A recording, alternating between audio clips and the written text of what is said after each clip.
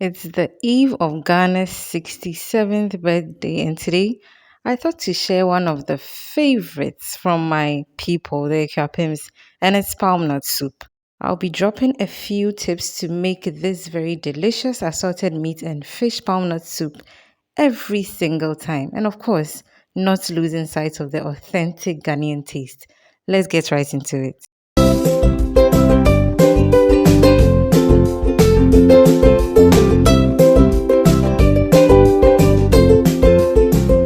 So for starters, I'll be cooking my palm nut fruit with some turkey berries. So these palm nuts are a combination of agric and abepa.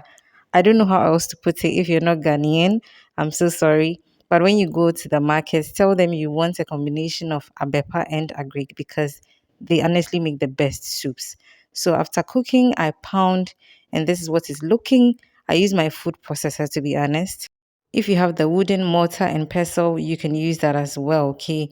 And then I'll go ahead and add some hot water to this and extract the palm juice.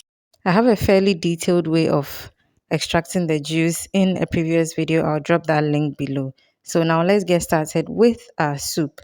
So the first tip is to roast anything you can roast, okay? So I'm beginning with my Eden fruit or prekese. I'm just going to do it over open fire on my stove. So keep turning till it smokes. So in the meantime, I have in my oven smoking or roasting my cow meat and goat meat, which I'm going to add to my pot later. So here in my saucepan, I have my towel, which we're calling tripe or yamadia in Chi. And then I have some cow leg also, which is already smoked a bit. I'm going to go ahead and add in my goat meat and cow meat, which I smoked or roasted in my oven. And then I'll go ahead and add some crabs which I've neatly washed very well, okay? And then I'll go in also with my all-purpose seasoning. I'll add some natural seasoning as well, some salt, some garlic and ginger paste, and some chopped onions. Then I'll add enough water to this to cook. Before then, I'll go in with my vegetables as well, which are some tomatoes, pepper, and onions. So another tip also is to add enough onions to make this very nice. After about 10 minutes, I go in to pick out my vegetables, which have steamed nicely. As you can tell, my tomatoes were trying to fall apart, but they came along okay. And then I put them into the blender, blended, and then added it back into my pot to continue cooking my protein. So if you don't have a very good blender, you may want to strain it back into the soup base, but because my blender is okay or good, I didn't need to strain it, okay. If this is your first time here, hello, my name is Yasmi. You're so welcome to the Taste and Bloom Kitchen. Please consider subscribing and joining this amazing blooming family.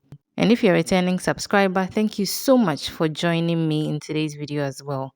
So I'll cover this and give it some time. And as you can see, the stock has thickened up beautifully, indicating that we are good to go. My meat is already tender and ready to receive my palm juice. So, like I said in the beginning, I have another video where I detailed straining the water or the juice from the palm. The link is in the description box. But another tip is also not to pour all of the juice in it, or you're going to have some chaff in the soup, which I showed you briefly. Okay, so give this a good mix and then cover and allow to boil on high heat. So that's it.